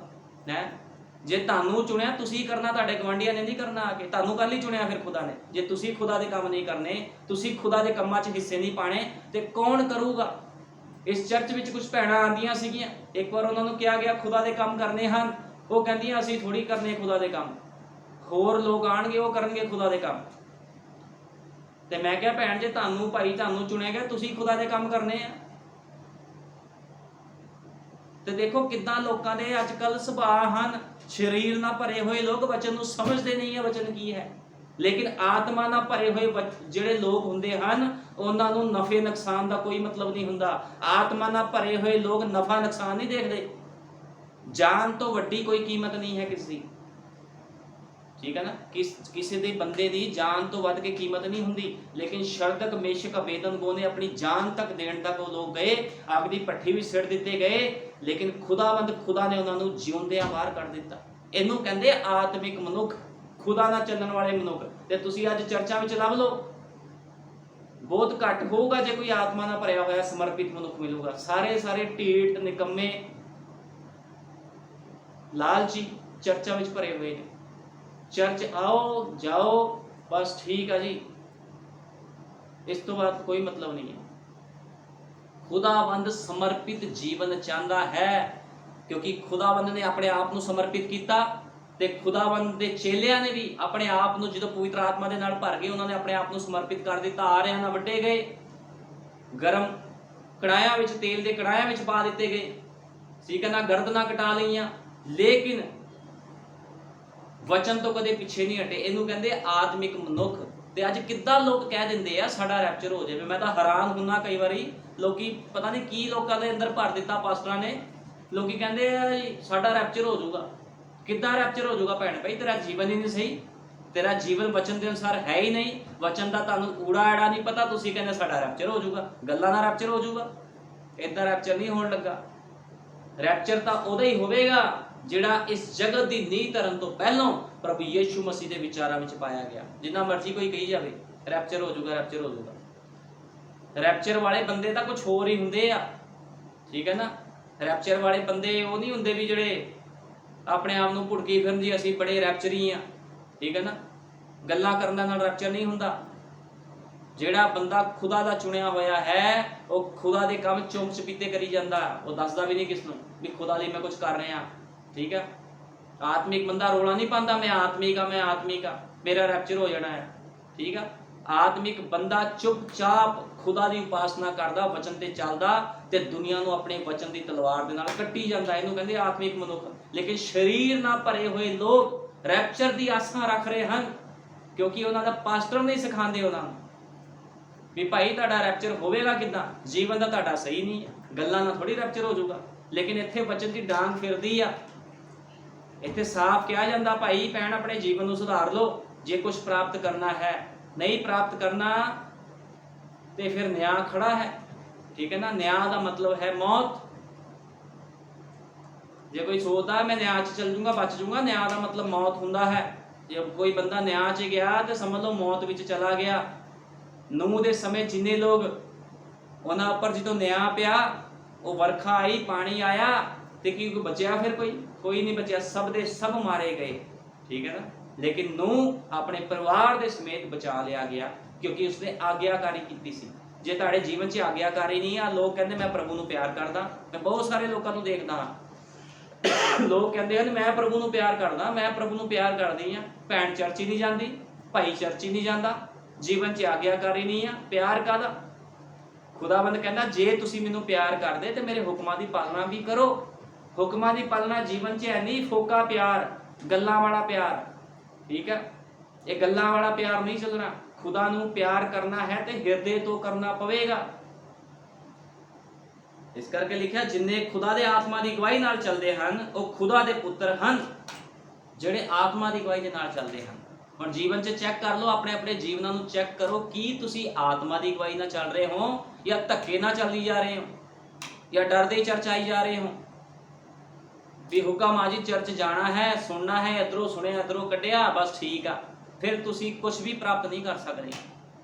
ਲੇਕਿਨ ਜੇ ਤੁਸੀਂ ਕਹਿੰਦੇ ਮੇਰੇ ਸੇਵਕ ਨੇ ਅੱਜ ਆਹ ਪ੍ਰਚਾਰ ਕੀਤਾ, ਮੈਂ ਅੱਜ ਆਹ ਕਮੀ ਆਪਣੇ ਜੀਵਨ 'ਚੋਂ ਕੱਢਣੀ ਆ, ਤੇ ਦੇਖੋ ਕਿੱਦਾਂ ਤੁਹਾਡੇ ਜੀਵਨ ਦੇ ਵਿੱਚ ਫਿਰ ਖੁਦਾ ਕੰਮ ਕਰਦਾ ਹੈ, ਠੀਕ ਹੈ ਨਾ। ਖੁਦਾ ਨੂੰ ਇਹ ਨਹੀਂ ਚਾਹੀਦਾ ਬਹੁਤ ਪੜ੍ਹੇ ਲਿਖੇ ਲੋਕ ਚਾਹੀਦੇ ਹਨ, ਖੁਦਾ ਨੂੰ ਸਮਰਪਿਤ ਲੋਕ ਚਾਹੀਦੇ ਹਨ, ਠੀਕ ਹੈ। ਉਹਦੇ ਸਾਹਮਣੇ ਕੋਈ ਪੜ੍ਹਿਆ ਲਿਖਿਆ ਅਨਪੜ੍ਹ ਨੂੰ ਕੋਈ ਮਤਲਬ ਨਹੀਂ ਹੈ, ਠੀਕ ਹੈ। ਖੁਦਾ ਨੂੰ ਤਾਂ ਆਤਮਾ ਦੇ ਨਾਲ ਭਰੇ ਹੋਏ ਲੋਕ ਚਾਹੀਦੇ ਹਨ, ਜਿਹੜੇ ਚੰਗੇ ਚੰਗੇ ਦੇ ਮੂੰਹ ਬੰਦ ਕਰਾ ਦਿੰਦੇ ਹਨ ਜਦੋਂ ਆਤਮਾ ਉਹਨਾਂ ਦੇ ਅੰਦਰ ਹੋ ਕੇ ਬੋਲਦਾ ਹੈ। ਚੇਲੇ ਅਨਪੜ੍ਹ ਸੀਗੇ, ਜ਼ਿਆਦਾ ਪੜ੍ਹੇ ਲਿਖੇ ਨਹੀਂ ਸੀਗੇ, ਲੇਕਿਨ ਚੰਗੇ ਚੰਗੇ ਪੜ੍ਹੇ ਲਿਖੇ ਫਕੀ ਫਰੀਸੀਆਂ ਦਾ ਮੂੰਹ ਬੰਦ ਕਰ ਦਿੱਤਾ ਉਹਨਾਂ ਨੇ ਜਦੋਂ ਆਤਮਾ ਦੀ ਗਵਾਹੀ ਦੇ ਨਾਲ ਭਰ ਕੇ ਉਹ ਲੋਕ ਬੋਲਦੇ ਸੀ, ਚਿੰਨ ਚਮਤਕਾਰ ਕਰਦੇ ਸੀਗੇ। ਇਸ ਗੱਲ ਨੂੰ ਹਮੇਸ਼ਾ ਯਾਦ ਰੱਖੋ। ਨਬੀ ਨੇ ਕਿਹਾ, ਭਾਈ ਬ੍ਰੈਨਮ ਨੇ ਕਿਹਾ ਹੈ, ਅਤੇ ਸਾਨੂੰ ਚਾਹੀਦਾ ਹੈ ਕਿ ਹੁਣ ਹੀ ਚੈੱਕ ਕਰ ਲਈਏ, ਇਹ ਜਾਣਨ ਲਈ ਕਿ ਅਸੀਂ ਕਿੱਥੇ ਖਲੋਤੇ ਹਾਂ। ਸਾਡੇ ਯੁੱਗ ਦੇ ਨਬੀ ਨੇ ਕਿਹਾ ਅਸੀਂ ਹੁਣੇ ਹੀ ਚੈੱਕ ਕਰ ਲਈਏ, ਇਹ ਜਾਣਨ ਲਈ ਕਿ ਅਸੀਂ ਕਿੱਥੇ ਖਲੋਤੇ ਹਾਂ, ਅਸੀਂ ਅੰਤ ਦੇ ਸਮੇਂ ਵਿੱਚ ਹਾਂ। ਭਾਈ ਬ੍ਰੈਨਮ ਨੇ ਕਿਹਾ ਹੁਣੇ ਚੈੱਕ ਕਰ ਲਓ ਤੁਸੀਂ ਵੀ ਤੁਸੀਂ ਕਿੱਥੇ ਖਲੋਤੇ ਹੋ। ਭਾਈ ਬ੍ਰੈਨਮ ਕਹਿੰਦੇ ਅਸੀਂ ਅੰਤ ਦੇ ਸਮੇਂ ਵਿੱਚ ਹਾਂ, ਜਦੋਂ ਇਸ ਧਰਤੀ ਦਾ ਨਾਸ਼ ਕਰ ਦਿੱਤਾ ਜਾਵੇਗਾ, ਅਸੀਂ ਅੰਤ ਦੇ ਸਮੇਂ ਵਿੱਚ ਹਾਂ। ਇਹ ਖੇਡਣ ਦਾ ਸਮਾਂ ਨਹੀਂ ਹੈ। ਭਾਈ ਬ੍ਰੈਨਮ ਕਹਿੰਦੇ ਇਹ ਖੇਡਣ ਦਾ ਸਮਾਂ ਨਹੀਂ ਹੈ, ਇਹ ਦਰੁਸਤ ਹੋਣ ਦਾ ਸਮਾਂ ਹੈ। ਅੱਜ ਲੋਕੀ ਖੇਡਾਂ ਖੇਡ ਰਹੇ ਆ ਜਿਹੜੀਆਂ, ਕੋਈ ਨਹੀਂ ਹਲੇ ਕਿਹੜਾ ਪ੍ਰਭੂ ਆ ਰਿਹਾ, ਸੁਧਾਰ ਲਾਂਗੇ ਆਪਣੇ ਜੀਵਨ ਨੂੰ। ਇੱਕਦਮ ਥੋੜੀ ਜੀਵਨ ਸੁਧਰਦਾ ਕਿਤੇ ਹੈ, ਇੱਕਦਮ ਥੋੜੀ ਸਮਰਪਿਤ ਹੋ ਜਾਾਂਗੇ, ਕਿਤੇ ਸਮਾਂ ਲੱਗੂਗਾ ਹੈ। ਤੇ ਭਾਈ ਬ੍ਰੈਨਮ ਕਹਿੰਦੇ ਅਤੇ ਸਾਨੂੰ ਚਾਹੀਦਾ ਹੈ ਕਿ ਹੁਣ ਅਸੀਂ ਚੈੱਕ ਕਰ ਲਈਏ, ਇਹ ਜਾਣਨ ਲਈ ਕਿ ਅਸੀਂ ਕਿੱਥੇ ਖਲੋਤੇ ਹਾਂ, ਅਸੀਂ ਅੰਤ ਦੇ ਸਮੇਂ ਵਿੱਚ ਹਾਂ। ਇਹ ਖੇਡਣ ਦਾ ਸਮਾਂ ਨਹੀਂ ਹੈ, ਇਹ ਦਰੁਸਤ ਹੋਣ ਦਾ ਸਮਾਂ ਹੈ, ਇਹ ਖੇਡਣ ਦਾ ਸਮਾਂ ਨਹੀਂ ਵੀ ਖੇਡਾਂ ਖੇਡੀ ਜਾਓ। ਭਾਈ ਬ੍ਰਾਹਨਮ ਕਹਿੰਦੇ ਇਹ ਦਰੁਸਤ ਹੋਣ ਦਾ ਸਮਾਂ ਹੈ ਅਤੇ ਯਕੀਨੀ ਬਣਾਓ ਕਿ ਤੁਸੀਂ ਦਰੁਸਤ ਹੋ। ਭਾਈ ਬ੍ਰਾਹਨਮ ਕਹਿੰਦੇ ਯਕੀਨੀ ਬਣਾਓ ਇਸ ਗੱਲ ਨੂੰ ਵੀ ਤੁਸੀਂ ਦਰੁਸਤ ਹੋ। ਭਾਈ ਬ੍ਰਾਹਨਮ ਨੇ ਕਿਹਾ ਜੇ ਤੁਸੀਂ ਕਿਤੇ ਘਰ ਦਾ ਸਮਾਨ ਲੈਣ ਲਈ ਗਏ ਹੁੰਦੇ ਹੋ, ਭਾਈ ਬ੍ਰਾਹਨਮ ਕਹਿੰਦੇ ਜੇ ਤੁਸੀਂ ਕਿਤੇ ਘਰ ਦਾ ਸਮਾਨ ਲੈਣ ਲਈ ਗਏ ਹੋ ਜਾਂ ਰੈਸਟੋਰੈਂਟ ਨੂੰ ਗਏ ਹੁੰਦੇ ਅਤੇ ਤੁਸੀਂ ਇੱਕ ਪਿਆਲਾ ਸੂਪ ਦਾ ਖਰੀਦ ਲੈਂਦੇ। ਹੁਣ ਭਾਈ ਬ੍ਰਾਹਨਮ ਕਹਿੰਦੇ ਹੋ ਸਕਦਾ ਕਦੇ ਤੁਸੀਂ ਸਮਾਨ ਲੈਣ ਗਏ ਹੋ ਜਾਂ ਕਿਸੇ ਰੈਸਟੋਰੈਂਟ ਵਿੱਚ ਗਏ ਹੋ, ਤੁਸੀਂ ਇੱਕ ਸੂਪ ਦਾ ਪਿਆਲਾ ਖਰੀਦ ਲੈਂਦੇ ਅਤੇ ਉਸ ਦੇ ਅੰਦਰ ਇੱਕ ਮੱਖੀ ਹੁੰਦੀ। ਹੁਣ ਭਾਈ ਬ੍ਰਾਹਨਮ ਕਹਿੰਦੇ ਤੁਸੀਂ ਇੱਕ ਸੂਪ ਦਾ ਪਿਆਲਾ ਖਰੀਦ ਲਓ, ਰੈਸਟੋਰੈਂਟ ਵਿੱਚ ਗਏ ਹੋਵੋ, ਹੋਟਲ ਵਿੱਚ ਗਏ ਹੋਵੋ, ਤੁਸੀਂ ਕਹਿਣਾ ਜੀ ਮੈਂ ਸੂਪ ਪੀਣਾ, ਸੂਪ ਦੇ ਵਿੱਚ ਹੋਵੇ ਮੱਖੀ, ਤੁਸੀਂ ਇਸ ਨੂੰ ਵਾਪਸ ਕਰ ਦਿੰਦੇ ਹੋ। ਕਿਉਂ ਵਾਪਸ ਕਰ ਦਿੰਦੇ ਹੋ ਤੁਸੀਂ? ਭਾਈ ਬ੍ਰਾਹਨਮ ਕਹਿੰਦੇ ਤੁਸੀਂ ਇਹਨੂੰ ਵਾਪਸ ਕਰਦੇ ਕਿਉਂਕਿ ਤੁਹਾਨੂੰ ਪਤਾ ਮੱਖੀ ਵਾਲਾ ਸੂਪ ਪੀ ਲਿਆ ਤੇ ਸਿਹਤ ਖਰਾਬ ਹੋ ਜਾਵੇਗੀ, ਪੇਟ ਖਰਾਬ ਹੋ ਜਾਵੇਗਾ, ਹੈਜਾ ਹੋ ਸਕਦਾ ਹੈ, ਇਨਫੈਕਸ਼ਨ ਹੋ ਸਕਦੀ ਹੈ, ਤੁਹਾਨੂੰ ਉਲਟੀਆਂ ਟੱਟੀਆਂ ਲੱਗ ਸਕਦੀਆਂ ਹਨ, ਲੂਜ਼ ਮੋਸ਼ਨ ਲੱਗ ਸਕਦੇ ਹਨ। ਠੀਕ ਹੈ ਨਾ, ਤੁਸੀਂ ਉਸ ਨੂੰ ਵਾਪਸ ਕਰ ਦਿੰਦੇ ਹੋ। ਤੁਸੀਂ ਯਕੀਨੀ ਬਣਾਉਂਦੇ ਹੋ ਕਿ ਇਹ ਨਹੀਂ ਲੈਣਾ, ਤੁਸੀਂ ਯਕੀਨੀ ਬਣਾਉਂਦੇ ਹੋ ਨਾ ਇਸ ਗੱਲ ਨੂੰ ਵੀ ਮੈਂ ਇਹ ਚੀਜ਼ ਨਹੀਂ ਲੈਣੀ, ਇਹ ਚੀਜ਼ ਗਲਤ ਹੈ। ਤੁਸੀਂ ਕਹਿੰਦੇ ਇਹ ਚੀਜ਼ ਗਲਤ ਹੈ, ਮੈਂ ਇਸ ਚੀਜ਼ ਨੂੰ ਨਹੀਂ ਲੈਣਾ, ਮੇਰੀ ਸਿਹਤ ਖਰਾਬ ਹੋ ਜਾਵੇਗੀ। ਤੁਸੀਂ ਧਿਆਨ ਨਾਲ ਦੇਖ ਰਹੇ ਹੋ ਕਿ ਤੁਸੀਂ ਇਹ ਦੇਹੀ ਵਿੱਚ ਕੀ ਲੈ ਰਹੇ ਹੋ, ਪਰ ਤੁਸੀਂ ਪ੍ਰਾਣ ਅੰਦਰ ਕੁਝ ਵੀ ਲੈ ਸਕਦੇ ਹੋ, ਕੁਝ ਵੀ ਲੈ ਲਵੋਗੇ, ਕੋਈ ਮਾਮਲਾ ਨਹੀਂ। ਇਹ ਕੀ ਚੀਜ਼ ਹੈ? ਕਿਸੇ ਵੀ ਪ੍ਰਕਾਰ ਦੇ ਅਕੀਦੇ ਜਾਂ ਇੱਕ ਤਾਲੀਮ ਨੂੰ, ਪਰ ਤੁਹਾਡੇ ਲਈ ਬਿਹਤਰ ਹੋਵੇਗਾ ਕਿ ਖੁਦਾ ਦੇ ਸ਼ੁੱਧ ਖਾਲਸ ਵਚਨ ਨਾਲ ਜਾਂਚ ਕਰ ਲੈਣੀ ਅਤੇ ਦੇਖ ਲੈਣਾ ਕਿ ਤੁਸੀਂ ਵਾਕਈ ਹੀ ਠੀਕ ਕਿਸਮ ਵਿੱਚ ਹੋ ਜਾਂ ਨਹੀਂ। ਹੁਣ ਕਈ ਵਾਰ ਕੁਝ ਮਨੁੱਖ ਕੀ ਕਰਦੇ ਹਨ, ਮੱਖੀ ਦੇਖੀ ਆ ਤੇ ਚੀਜ਼ ਵਾਪਸ ਕਰਦੀ ਜੀ ਮੈਂ ਨਹੀਂ ਖਾਣਾ, ਲੇਕਿਨ ਤੁਸੀਂ ਆਪਣੇ ਆਤਮਿਕ ਜੀਵਨ ਨੂੰ ਖਰਾਬ ਕਰਦੇ ਹੋ। ਤੁਸੀਂ ਕਿਸ ਤੋਂ ਕੁਝ ਵੀ ਗਲਤ ਚੀਜ਼ ਐਕਸੈਪਟ ਕਰ ਲੈਂਦੇ ਹੋ, ਗਲਤ ਅਕੀਦੇ ਐਕਸੈਪਟ ਕਰ ਲੈਂਦੇ ਹੋ, ਸਰੀਰਕ ਗੱਲਾਂ ਨੂੰ ਐਕਸੈਪਟ ਕਰ ਲੈਂਦੇ ਹੋ, ਤੇ ਕੀ ਤੁਹਾਡੇ ਆਤਮਿਕ ਲੈਵਲ ਨੂੰ ਉਹ ਚੀਜ਼ਾਂ ਖਰਾਬ ਨਹੀਂ ਕਰਨਗੀਆਂ? ਭਾਈ ਬ੍ਰਾਹਨਮ ਦੇ ਕਹਿਣ ਦਾ ਮਤਲਬ ਹੈ ਜੇ ਤੁਸੀਂ ਆਪਣੇ ਸਰੀਰ ਦਾ ਧਿਆਨ ਰੱਖ ਰਹੇ ਹੋ, ਅੱਖਾਂ ਦੁਆਰਾ ਦੇਖਿਆ ਮੱਖੀ ਪਈ ਆ, ਤੁਸੀਂ ਮਨਾ ਕਰਦਾ ਜੀ ਮੈਂ ਮੱਖੀ ਬੈਠੀ ਆ, ਮੱਖੀ ਪਈ ਆ, ਮੈਂ ਇਹ ਚੀਜ਼ ਨਹੀਂ ਖਾਣੀ, ਨਹੀਂ ਪੀਣੀ, ਤੇ ਤੁਸੀਂ ਆਤਮਾ ਦੇ ਵਿੱਚ ਕਿੱਦਾਂ ਉਹ ਗਲਤ ਚੀਜ਼ਾਂ ਲੈ ਲੈਂਦੇ ਹੋ? ਫਿਰ ਆਪਣੇ ਆਤਮਿਕ ਲੈਵਲ ਨੂੰ ਸਿੱਟਣ ਦੇ ਲਈ ਤੁਸੀਂ ਗਲਤ ਚੀਜ਼ਾਂ ਨੂੰ ਐਕਸੈਪਟ ਕਰ ਲੈਂਦੇ ਹੋ, ਤੇ ਕੀ ਤੁਹਾਡਾ ਆਤਮਿਕ ਲੈਵਲ ਨਹੀਂ ਵਿਗੜਦਾ ਫਿਰ ਉਸ ਸਮੇਂ? ਫਿਰ ਤੁਹਾਨੂੰ ਉਹ ਚੀਜ਼ ਦੀ ਸਮਝ ਕਿਉਂ ਨਹੀਂ ਆਉਂਦੀ? ਭਾਈ ਬ੍ਰਾਹਨਮ ਇਸ ਬਾਰੇ ਸਮਝਾ ਰਹੇ ਆ।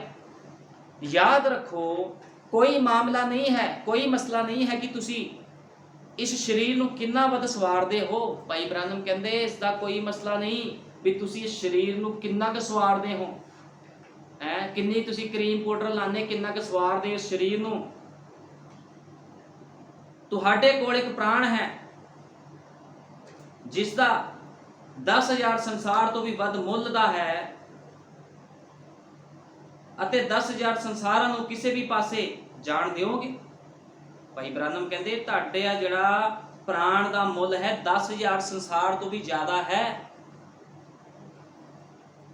ਤੁਸੀਂ ਜਿੰਨਾ ਮਰਜ਼ੀ ਸਵਾਰ ਲਓ ਸਰੀਰ ਨੂੰ, ਕੁਝ ਵੀ ਕਰ ਲਓ, ਉਹਦਾ ਕੋਈ ਲਾਭ ਨਹੀਂ ਹੋਵੇਗਾ ਜੇ ਤੁਹਾਡੇ ਅੰਦਰ ਜੀਵਨ ਦੇ ਫਲ ਵਾਲਾ ਗੁਣ ਨਹੀਂ ਹੈ, ਤੁਹਾਡੇ ਅੰਦਰ ਆਤਮਿਕ ਸਿਸਟਮ ਨਹੀਂ ਹੈ, ਤੁਸੀਂ ਆਤਮਾ ਦੀ ਅਗਵਾਈ ਦੇ ਨਾਲ ਨਹੀਂ ਚੱਲ ਰਹੇ, ਤੇ ਕੋਈ ਫਾਇਦਾ ਨਹੀਂ ਹੈ।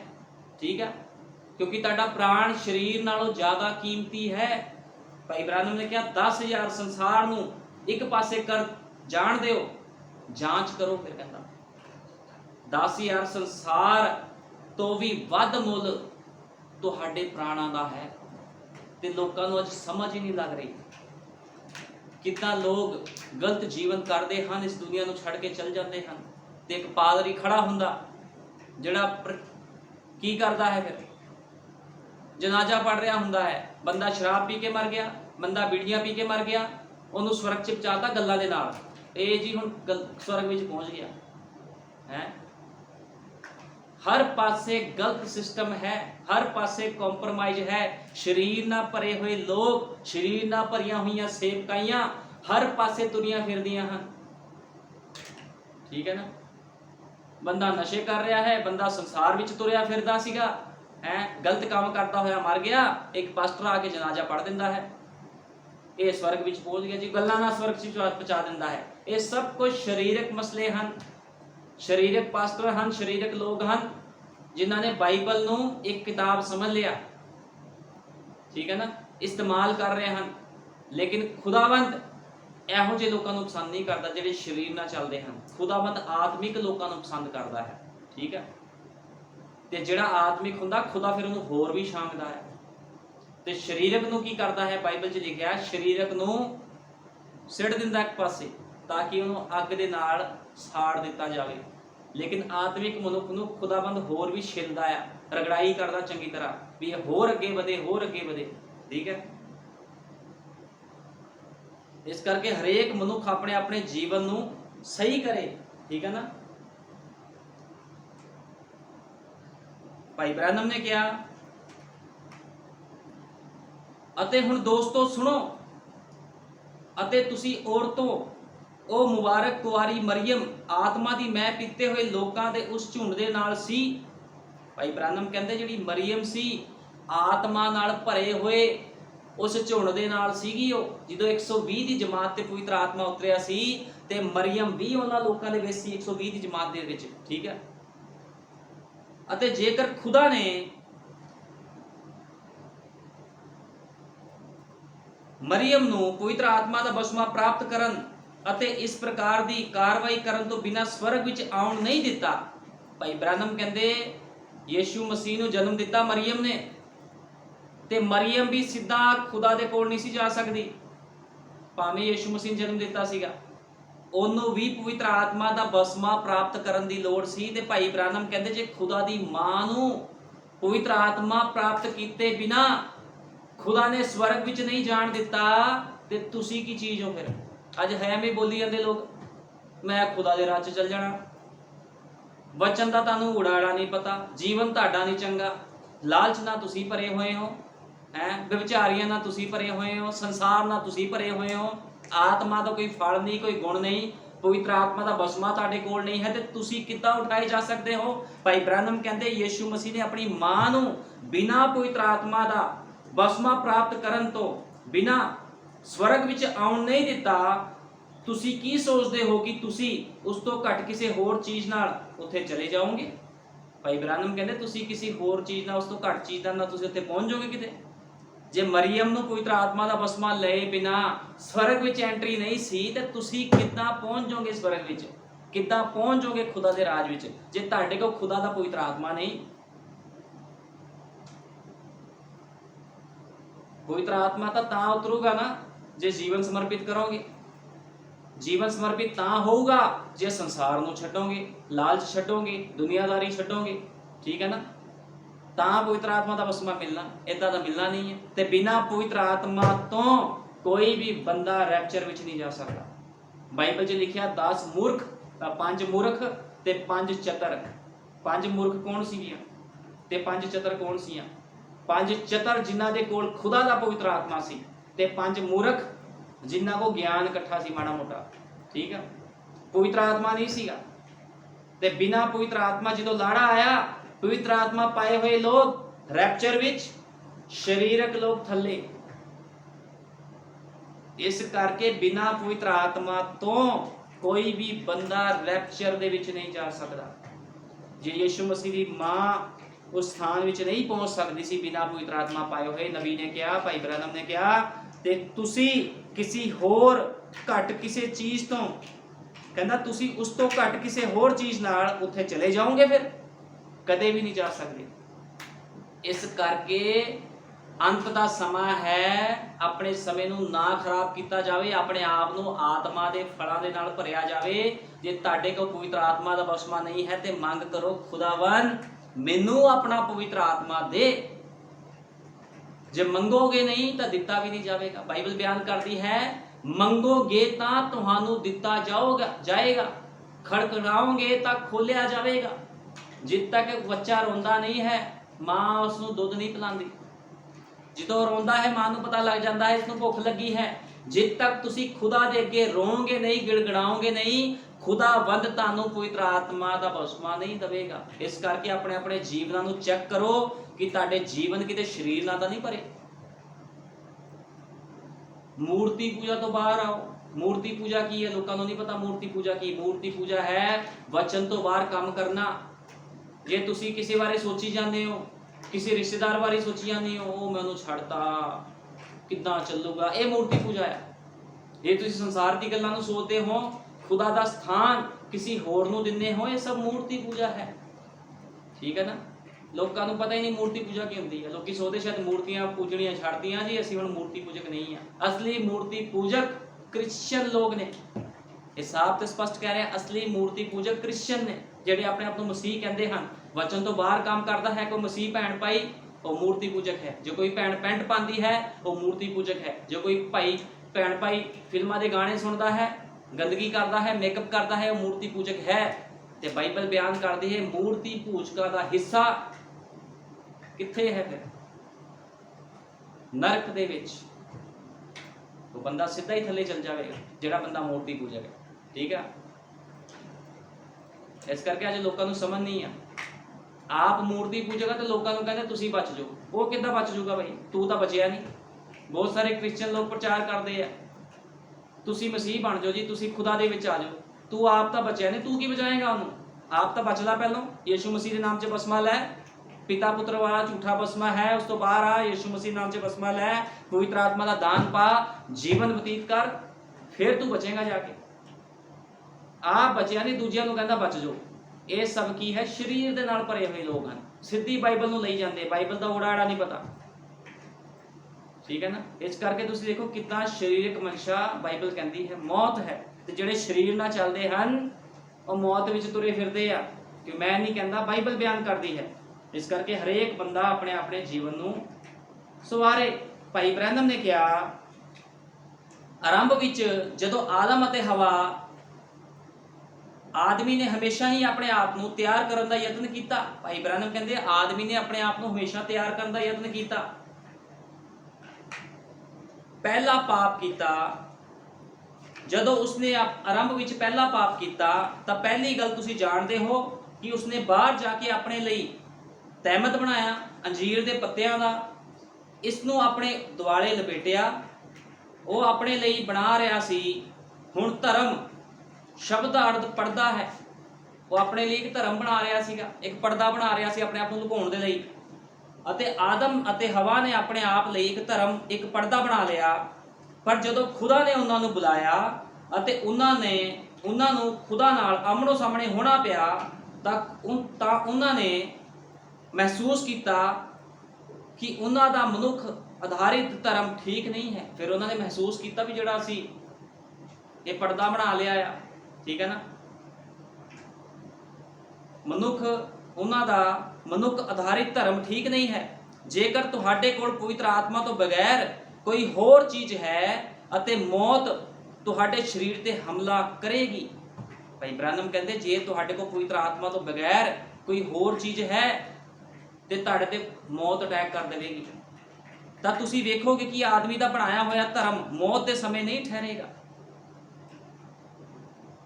ਜਿੰਨਾ ਮਰਜ਼ੀ ਕੋਈ ਧਰਮੀ ਬਣਿਆ ਫਿਰੇ ਵੀ ਮੈਂ ਮਸੀਹ ਹਾਂ, ਜੇ ਪਵਿੱਤਰ ਆਤਮਾ ਨਹੀਂ ਹੈ ਤੇ ਖਤਮ ਕਹਾਣੀ, ਸਿੱਧੀ ਜੀ ਗੱਲ ਆ। ਇਸ ਕਰਕੇ ਨਬੀ ਕਹਿੰਦੇ ਉਹ ਮੈਨੂੰ ਦੱਸੋ, ਮੈਂ ਹਸਪਤਾਲਾਂ ਵਿੱਚ ਖਲੋਂਦਾ ਰਿਹਾ ਹਾਂ ਅਤੇ ਡਾਕਟਰਾਂ ਨੂੰ ਬਾਂਹ ਵਿੱਚ ਸਰਿੰਜਾਂ ਦਾਗਦੇ ਹੋਏ ਵੇਖਿਆ ਹੈ। ਜਦੋਂ ਉਹ ਠੀਕ,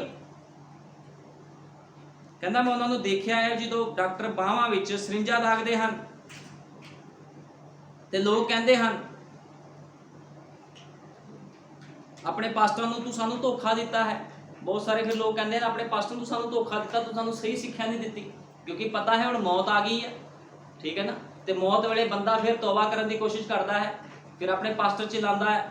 ਜੇ ਪਾਸਟਰ ਨੇ ਤੁਹਾਨੂੰ ਸਹੀ ਸਿੱਖਿਆ ਨਹੀਂ ਦਿੱਤੀ, ਤੁਹਾਨੂੰ ਗਲਤ ਡਾਕਟਰਿਨ ਦਿੱਤੀ ਹੈ, ਤੇ ਫਿਰ ਤੁਸੀਂ ਖਤਮ ਹੋ। ਇਸ ਕਰਕੇ ਹਰੇਕ ਮਨੁੱਖ ਆਪਣੇ ਆਪਣੇ ਜੀਵਨ ਨੂੰ ਚੈੱਕ ਕਰੇ, ਆਪਣੇ ਪਾਸਟਰ ਦੇ ਜੀਵਨ ਨੂੰ ਵੀ ਚੈੱਕ ਕਰੋ। ਜੇ ਤੁਹਾਨੂੰ ਪਿਤਾ ਪੁੱਤਰ ਪਵਿੱਤਰ ਆਤਮਾ ਦਾ ਬਪਤਿਸਮਾ ਸਿਖਾ ਰਿਹਾ ਹੈ ਤੇ ਉਹ ਰੋਂਗ ਹੈ। ਬਾਈਬਲ ਬਿਆਨ ਕਰਦੀ ਹੈ ਬਪਤਿਸਮਾ ਪ੍ਰਭੂ ਯੀਸ਼ੂ ਮਸੀਹ ਦੇ ਨਾਮ ਦੇ ਵਿੱਚ ਹੈ, ਠੀਕ ਹੈ ਨਾ। ਫਿਰ ਤੁਸੀਂ ਬਚ ਸਕਦੇ ਹੋ। ਪਾਪਾਂ ਦੀ ਮਾਫੀ ਪ੍ਰਭੂ ਯੀਸ਼ੂ ਮਸੀਹ ਦੇ ਨਾਮ ਦੇ ਵਿੱਚ, ਕਿਸੇ ਹੋਰ ਨਾਮ ਦੇ ਵਿੱਚ ਮਾਫੀ ਨਹੀਂ ਹੈ। ਪਿਤਾ ਪੁੱਤਰ ਪਵਿੱਤਰ ਆਤਮਾ ਦੇ ਨਾਮ ਦੇ ਵਿੱਚ ਮਾਫੀ ਨਹੀਂ ਹੈ, ਉਹ ਤਾਂ ਸਿਰਫ ਦੁਸ਼ਟਾਂਤ ਹੈ। ਇਸ ਕਰਕੇ ਦੇਖੋ ਕਿੱਦਾਂ ਸ਼ਰੀਰਾਂ ਨਾਲ ਭਰੇ ਹੋਏ ਲੋਕ ਜੀਵਨ ਬਤੀਤ ਕਰੀ ਜਾਂਦੇ ਆ ਭੁਲੇਖੇ ਵਿੱਚ ਹੀ, ਹੈ ਨਾ। ਫਿਰ ਜਦੋਂ ਮੌਤ ਆਉਂਦੀ ਆ ਤਾਂ ਫਿਰ ਚੀਕਾਂ ਮਾਰਦੇ ਆ ਵੀ ਅਸੀਂ ਬਚ ਜਾਈਏ, ਠੀਕ ਹੈ। ਤੁਹਾਨੂੰ ਪਤਾ ਜਦੋਂ ਨੂਹ ਦੇ ਸਮੇਂ ਵਰਖਾ ਸ਼ੁਰੂ ਹੋਈ ਤੇ ਪ੍ਰਭੂ ਨੇ ਕਿਸ਼ਤੀ ਦੇ ਦਰਵਾਜ਼ੇ ਨੂੰ ਬੰਦ ਕਰ ਦਿੱਤਾ। ਲੋਕਾਂ ਨੇ ਚੀਕਾਂ ਮਾਰੀਆਂ ਸੀ, ਕਿਸ਼ਤੀ ਤੇ ਜਾਣ ਦੀ ਕੋਸ਼ਿਸ਼ ਕੀਤੀ ਵੀ ਕਿਸ਼ਤੀ ਤੇ ਚੜ ਜਾਈਏ, ਕਿਸ਼ਤੀ ਦਾ ਦਰਵਾਜ਼ਾ ਖੋਲ ਦਈਏ, ਕੁਛ ਨਾ ਕੁਛ ਉਹਨਾਂ ਨੇ ਕਰਨ ਦੀ ਕੋਸ਼ਿਸ਼ ਕੀਤੀ, ਲੇਕਿਨ ਸਾਰੇ ਦੇ ਸਾਰੇ ਮਾਰੇ ਗਏ। ਫਿਰ ਪ੍ਰਭੂ ਨੇ ਕਿਸ ਦੀ ਚੀਖ ਚਿਲਾਟ ਨਹੀਂ ਸੁਣੀ, ਠੀਕ ਹੈ, ਕਿਉਂਕਿ ਸਮਾਂ ਨਿਕਲ ਚੁੱਕਿਆ ਸੀ। ਇਸੇ ਤਰ੍ਹਾਂ ਇੱਕ ਸਮਾਂ ਰੈਪਚਰ ਦਾ ਹੈ। ਜਿਸ ਦਿਨ ਰੈਪਚਰ ਹੋ ਗਿਆ, ਜਿੰਨੀਆਂ ਮਰਜ਼ੀ ਕੋਈ ਚੀਕਾਂ ਮਾਰੀ ਜਾਵੇ ਵੀ ਪ੍ਰਭੂ ਸਾਨੂੰ ਉਠਾ ਲਾ, ਫਿਰ ਕੁਝ ਵੀ ਨਹੀਂ ਹੋਵੇਗਾ। ਇਸ ਕਰਕੇ ਆਪਣੇ ਆਪਣੇ ਜੀਵਨਾਂ ਨੂੰ ਚੈੱਕ ਕਰੋ, ਆਪਣੇ ਆਪਣੇ ਜੀਵਨਾਂ ਦਾ ਸੁਧਾਰ ਕਰੋ, ਠੀਕ ਆ, ਤੇ ਅੱਜ ਹੀ ਤੌਬਾ ਕਰੋ ਵੀ ਪ੍ਰਭੂ ਸਾਡੇ ਜੀਵਨਾਂ 'ਚ ਜੋ ਗਲਤੀ ਗੁਨਾਹ ਹੋਏ ਹਨ ਸਾਨੂੰ ਮਾਫ ਕਰ, ਸਾਡੇ ਸੁਭਾਵਾਂ ਨੂੰ ਬਦਲ, ਅਸੀਂ ਤੈਨੂੰ ਸਮਰਪਿਤ ਜੀਵਨ ਦੇ ਨਾਲ ਤੇਰੇ ਕੰਮਾਂ ਨੂੰ ਕਰੀਏ। ਮੈਂ ਤੁਹਾਨੂੰ ਪਹਿਲਾਂ ਵੀ ਦੱਸਿਆ ਸੀਗਾ ਵੀ ਬਹੁਤ ਸਾਰੇ ਲੋਕ ਹਨ, ਉਹ ਕੀ ਕਰਦੇ ਆ, ਪੈਸਾ ਇਕੱਠਾ ਕਰਦੇ ਆ, ਕਾਹਦੇ ਵਾਸਤੇ, ਵੀ ਅਸੀਂ ਜਦੋਂ ਬਿਮਾਰ ਹੋਵਾਂਗੇ, ਜੇ ਸਾਨੂੰ ਕੋਈ ਬਿਮਾਰੀ ਲੱਗ ਗਈ ਤੇ ਸਾਡੀ ਬਿਮਾਰੀ ਤੇ ਪੈਸਾ ਇਸਤੇਮਾਲ ਹੋਵੇ, ਤੇ ਫਿਰ ਕੀ ਹੁੰਦਾ ਹੈ, ਜੋ ਉਹਨਾਂ ਨੇ ਮੰਗਿਆ ਉਹਨਾਂ ਦੀ ਬਿਮਾਰੀਆਂ ਤੇ ਪੈਸਾ ਯੂਜ਼ ਹੁੰਦਾ। ਫਿਰ ਉਹ ਪੈਸੇ ਨਾਲ ਫਿਰ ਉਹ ਕੁਝ ਨਹੀਂ ਕਰ ਪਾਉਂਦੇ, ਨਾ ਵਧੀਆ ਖਾ ਪੀਂਦੇ ਆ, ਬਿਮਾਰੀ ਤੇ ਪੈਸਾ ਖਤਮ ਹੁੰਦਾ, ਇੱਕ ਦਿਨ ਉਹਨਾਂ ਦੀ ਮੌਤ ਹੋ ਜਾਂਦੀ ਹੈ, ਧਰਤੀ ਤੋਂ ਛੱਡ ਕੇ ਚਲੇ ਜਾਂਦੇ ਹਨ। ਲੇਕਿਨ ਜੇ ਕੋਈ ਪਵਿੱਤਰ ਆਤਮਾ ਪਾਇਆ ਹੋਇਆ ਮਨੁੱਖ ਹੁੰਦਾ ਹੈ ਤੇ ਖੁਦਾਵੰਦ ਕੀ ਕਰਦਾ ਹੈ, ਉਸਦੇ ਜੀਵਨ ਦੇ ਵਿੱਚ ਫਿਰ ਕੰਮ ਕਰਦਾ ਹੈ, ਠੀਕ ਹੈ। ਇਸ ਕਰਕੇ ਆਪਣੇ ਆਪਣੇ ਜੀਵਨਾਂ ਦਾ ਸੁਧਾਰ ਕਰੋ, ਸਰੀਰ ਵਿੱਚੋਂ ਬਾਹਰ ਨਿਕਲੋ, ਜੋ ਖੁਦਾ ਦੇ ਹੁਕਮ ਹਨ ਉਹਨਾਂ ਨੂੰ ਮੰਨੋ, ਜੋ ਭਾਈ ਬ੍ਰੈਨਮ ਨੇ ਸੰਦੇਸ਼ਾਂ ਵਿੱਚ ਕਿਹਾ ਹੈ ਉਸ ਦੀ ਆਗਿਆਕਾਰੀ ਕਰੋ, ਤੇ ਤੁਸੀਂ ਜੀਵਨ ਵਿੱਚ ਪ੍ਰਵੇਸ਼ ਕਰੋਗੇ, ਠੀਕ ਹੈ। ਜੇ ਕੋਈ ਇਸ ਤਰ੍ਹਾਂ ਨਹੀਂ ਕਰਦਾ ਤੇ ਫਿਰ ਉਹ ਆਪਣੀ ਕਹਾਣੀ ਆਪ ਹੀ ਖਤਮ ਕਰ ਲਵੇਗਾ, ठीक है ना। नबी ने कहा अगर आप वचन का इनकार करते हो तो आप विश्वासी नहीं हो। भाई ब्रहणम कहते जे तुसी वचन का इनकार करते हो ते तुसी विश्वासी नहीं हो। फिर ते जिहड़ा बंदा विश्वासी नहीं आ वो खत्म, ठीक है ना। इस करके हरेक मनुख हरेक भैन भाई अपने अपने जीवन का सुधार करे, शरीर विचों बाहर निकलो, क्योंकि मैं तुहानूं दस्सिया है शरीरक मंशा मौत है। शरीरक मंशा की है? मौत है। तो शरीरक मंशा मौत है तो तुसी जीवन च कितना प्रवेश कर लोगे फिर। लेकिन लिखिया है जिहड़े शरीरक हन शरीर की वस्तां उत्ते मन लांदे हन, क्यों जो शरीरक मंशा मौत है पर आत्मक मंशा की है? जीवन अते शांति। आत्मक मंशा जीवन अते शांति है। ते प्रभु यीशु मसीह शांति का राजकुमार है। जिहड़ा बंदा आत्मा की गवाही दे नाल चलदा है उहदे जीवन विच शांति बनी रहती है। वो बुखलाउंदा नहीं है, बीमारियां आ गई, परेशानियां आ गई, बुखला गया, वो प्रभु आ की हो गया, वो स्थिर बनया रहता है, क्योंकि उन्होंने पता हुंदा मेरा छडाउण वाला जिउंदा है। मर भी जावां ते कुछ गम नहीं। आत्मिक बंदा मर भी जावे उन्होंने तां भी गम नहीं। वो जानदा है भी जो रैप्चर होवेगा कबरां पाट जाणगियां, खुल जाणगियां ते मैं रैप्चर विच उठा लिया जावांगा। आत्मिक मनुख शांति दे नाल मसीह जीवन नूं बतीत करदा है। इस करके तुसी मसीह जीवन दी मंग करो खुदा दे कोलों, अपने अपने जीवनां नूं तब्दील करो, खुदा दे काम दे विच वध चढ़ के हिस्सा लो ते कहो प्रभु जी मेरे जीवन दे विच तेरी मर्जी पूरी होवे। कदे इह ना कहो मेरी मर्जी पूरी होवे। प्रभु ने तुहाडी मर्जी पूरी करन नूं नहीं बुलाया तुहानूं भी तुसी अपनियां मर्जियां ते तुसी उदों पूरीआं करदे सी जदों तुसी संसार विच सी। लेकिन जदों तुसी प्रभु यीशु मसीह दे नाम 'च वसमा लिया, पवित्र आत्मा दा दान पा लिया ते तुसी हुण अपनी मर्जी नहीं कर सकदे, ठीक है। इस करके अपनियां मर्जियां करनियां छड्ड दो। हुण कहो प्रभु जी मेरे जीवन दे विच तेरी मर्जी पूरी होवे। खुदावंद तुहानूं सारिआं नूं बरकत देवे। आओ मिल के प्रार्थना करदे हां।